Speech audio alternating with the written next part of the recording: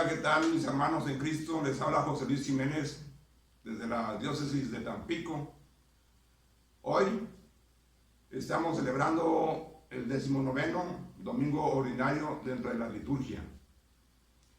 Les voy a pedir que de ahí, desde su lugar, me apoyen en una oración. Padre de bondad, en esta hermosa mañana, queremos darte la gloria, el honor, el poder y la alabanza a tu santo nombre. Te pedimos que nos ilumines con tu Espíritu Santo para que el Espíritu de sabiduría venga a nuestras vidas y podamos discernir cuál es tu voluntad.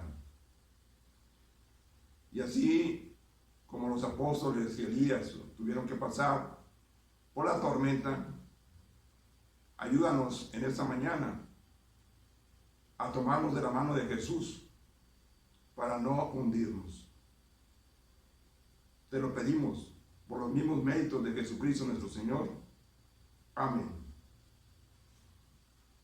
Bien, en el capítulo 19 del libro de Reyes, primer libro de Reyes, encontraremos la narración de la vida del profeta Elías, que en estos momentos estaba pasando también por un momento difícil. Él estaba huyendo de Jezabel, pero algo que lo hizo huir fue el miedo a ser asesinado. Y el miedo es válido, porque es algo natural que tenemos todos en nuestra vida. Y ante un peligro, la adrenalina nos hace tomar una decisión de salvarnos. Sin embargo, el miedo mostrado por Elías, al miedo mostrado que veremos en el Evangelio por los apóstoles, son dos miedos diferentes. Elías toma la decisión de huir al desierto, pero lleva en su mente un destino. Y ese destino es ir a encontrarse con Dios en el monte Horeb para conocer su voluntad. Él, en obediencia a Dios, camina hacia el monte Horeb, que es un lugar por excelencia para la oración, para el encuentro con Dios. Tenemos que saber que cada encuentro con Dios van a ser una nueva misión. Repitan conmigo ahí: cada encuentro con Dios nos lleva a una nueva misión. Elías, aún con miedo, toma el camino correcto de ir al encuentro con el Señor. Pero no fue fácil, ya que en el camino él entró en desesperación. Hubo un momento, ¿verdad?, en que quiso morir.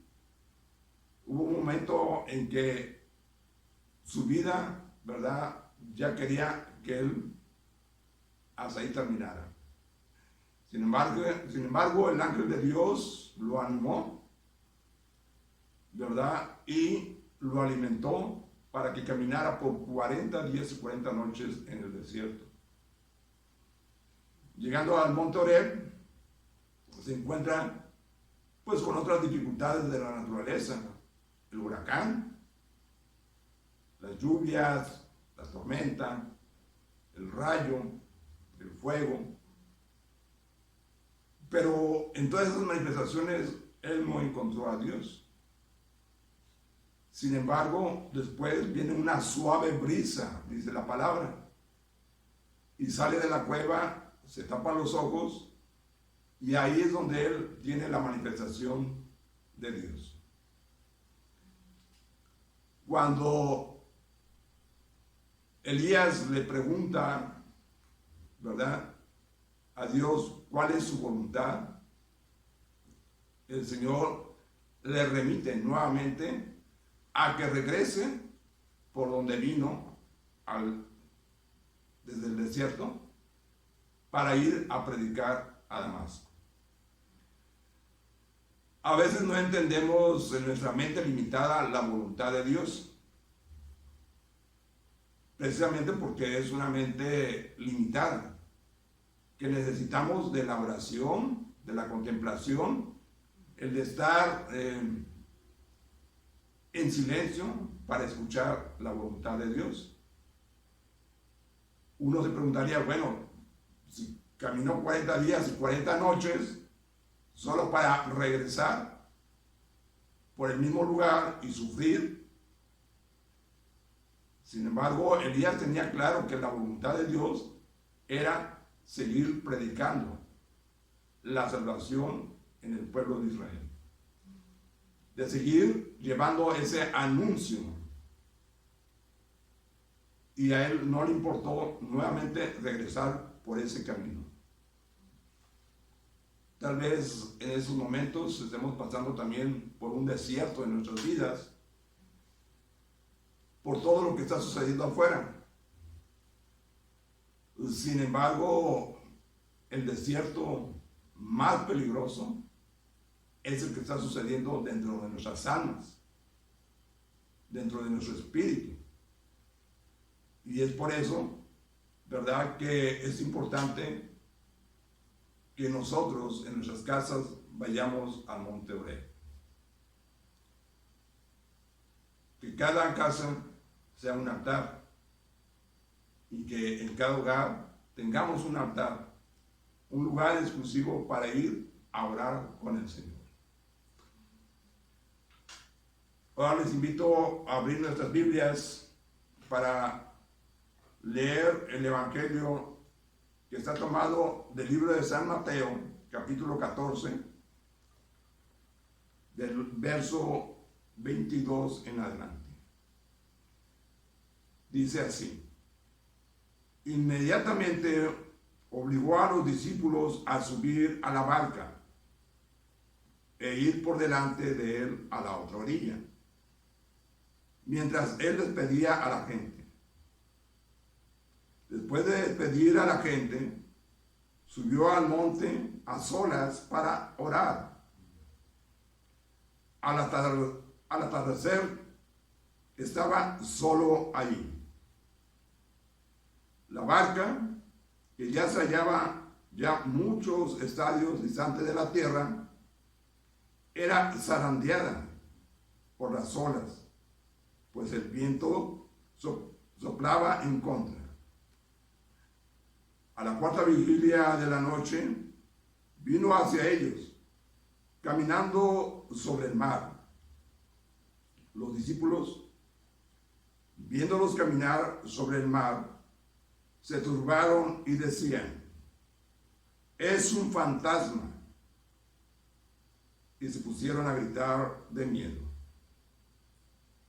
Pero al instante les habló así Jesús: tranquilos, soy yo, no temáis. Pedro le respondió: Señor, si eres tú, mándame ir hacia ti sobre las aguas. Ven, le dijo Jesús. Bajó Pedro de la barca y se puso a caminar sobre las aguas en dirección a Jesús. Pero al sentir la violencia del viento, le entró miedo y comenzaron a hundirse. Gritó: Señor, sálvame. Jesús, tendido al punto,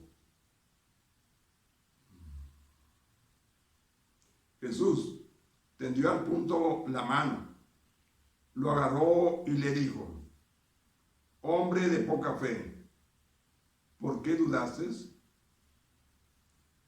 Cuando subieron a la barca, amainó el viento. Entonces los que estaban en la barca se postraron ante él diciendo: verdaderamente eres hijo de Dios. Acabamos de escuchar la palabra viva del Señor. ¿Qué enseñanza podemos tener de este pasaje? Jesús los manda subirse a la barca. Es decir, fue una orden de Jesús. Ellos estaban cumpliendo la voluntad de Jesús. Y Jesús se fue a orar. Porque antes de un gran evento o después de un gran evento, Jesús siempre se iba a solas a orar con el Padre, donde agradecía la obra del Señor en su vida y en la de los seres humanos, donde se manifestaba con el Señor y tomaban nuevas fuerzas para seguir proclamando el amor del reino de Dios. Pero tenemos que saber si los apóstoles estaban cumpliendo la voluntad de Dios, ¿por qué tenían que pasar por esta prueba? Si recordaremos, la semana pasada hablamos acerca de la multiplicación de los panes y los peces. Y ahí había gozo, había alegría por ese gran milagro. Bien, pues esa manifestación era una enseñanza para esa otra prueba que iban a tener.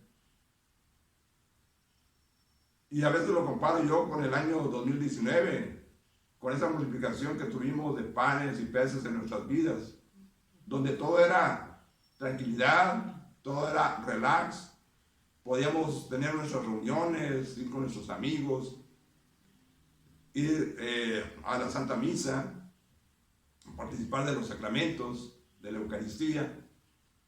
Y hoy nos encontramos en otro momento. ¿Estamos pasando el examen? Es la pregunta. ¿Estamos pasando esta prueba? ¿Seguimos confiando en el Señor como el año pasado? ¿O tenemos nuestros momentos de depresión como Elías que tuvo? ¿O como los apóstoles en este momento de prueba tuvieron duda? El estar en medio de la voluntad de Dios es estar en la tormenta. Pero la tormenta más importante no es la que está sucediendo allá afuera, sino en el interior de cada uno de nosotros. ¿De qué tamaño es nuestra tormenta? ¿De qué manera estamos enfrentando esta tormenta? Y la tormenta tenía un propósito. Jesús, el mejor antropólogo, sociólogo, psicólogo, conoce nuestra naturaleza, conoce lo que hay en nuestro interior. Para ello les voy a leer un comentario del padre Toribio Tapia, un gran estudioso del Nuevo Testamento, haciendo un comentario acerca de este momento de los apóstoles. Dice: los discípulos con mucha seguridad habían interpretado la multiplicación de los panes como un signo de poder del Mesías anunciado. No se habían enterado de que aquel milagro había sido signo de solidaridad y de amor. Ellos posiblemente pensaban en el poder y en el triunfo. De hecho, el Evangelio de Mateo dice que Jesús tuvo que obligarlos para que subieran a la barca y se fueran. Quizás querrían seguir disfrutando de las regalías de aquel milagro. Con estas confusiones y pérdidas del rumbo, era difícil que no confundieran a Jesús y sintieron un miedo que solo lo tenemos cuando confundimos solidaridad con protagonismo estéril, servicio con poder y a Dios como mago. Con este comentario pues, nos hace referencia de que en verdad los apóstoles estaban confundidos. Eran entre 3 y 6 de la mañana cuando Jesús se les aparece y podríamos decir, bueno, es que estaban medio dormidos. Pero no, estaban en medio de una tormenta. Y cuando nosotros estamos en medio de la tormenta y el miedo se apodera de nosotros, ese es un segundo miedo. El miedo de Elías le hizo huir hacia el monte Oreb. El miedo de los apóstoles les hizo ver cosas que no eran, fantasmas. Los paralizó. Los hizo tener una noche muy oscura en sus pensamientos. Y ese miedo que paraliza es precisamente porque perdieron el rumbo. Perdieron el enfoque. Y eso es lo que nosotros tenemos que retomar el día de hoy. Si tu tormenta te está llevando a estos estados de desesperación, de no ver las cosas de manera clara, tenemos que tomar un enfoque correcto. Un buen fotógrafo, para realizar una fotografía de concurso, tiene que ser paciente. Tiene que esperar el ambiente, el clima, la luz, el contraste, para hacer la toma perfecta. Y a eso le llamamos enfoque. Y es el momento en que él hace uso del obturador y toma esa toma perfecta de concurso. Así nosotros tenemos que enfocarnos. Tenemos que ver hacia dónde va nuestro destino. ¿Cuál es la voluntad de Dios para nuestras vidas?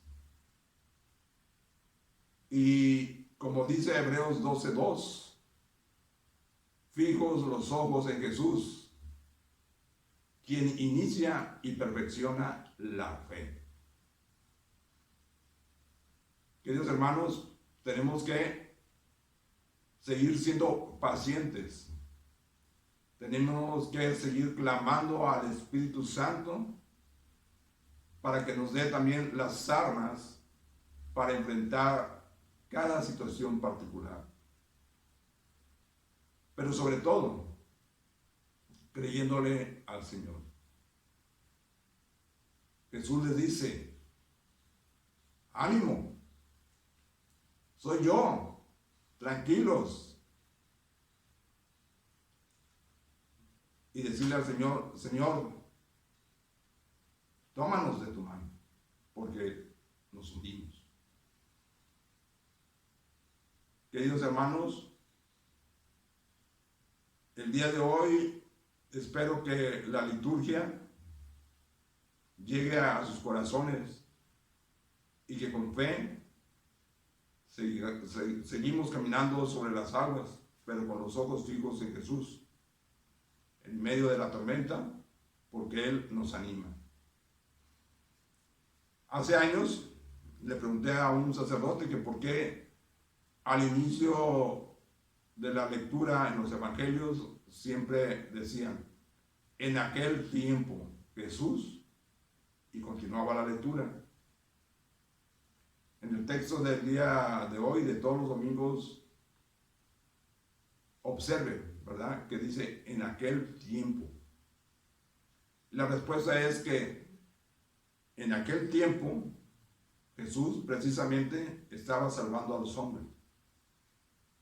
Y el cronos que estamos viviendo, los años que hemos vivido, la cronología ha sido ahora sí que envuelta por el kairos, es decir, por el tiempo oportuno de la salvación. Y a eso se refiere. En aquel tiempo Jesús estaba manifestándose, pero hoy sigue haciendo presente ese kairos, ese tiempo oportuno para ser salvados. Así que busquemos en esos tiempos la creatividad que Dios nos ha dado para que cada día de aquí en adelante una persona, sola o una por hoy, escuche el mensaje de salvación. Que tengan un excelente domingo familiar, que las bendiciones de Dios sobreabunden en sus casas, pero sobre todo que la esperanza viva en Jesús esté en sus corazones. Un fuerte abrazo, Dios les bendiga.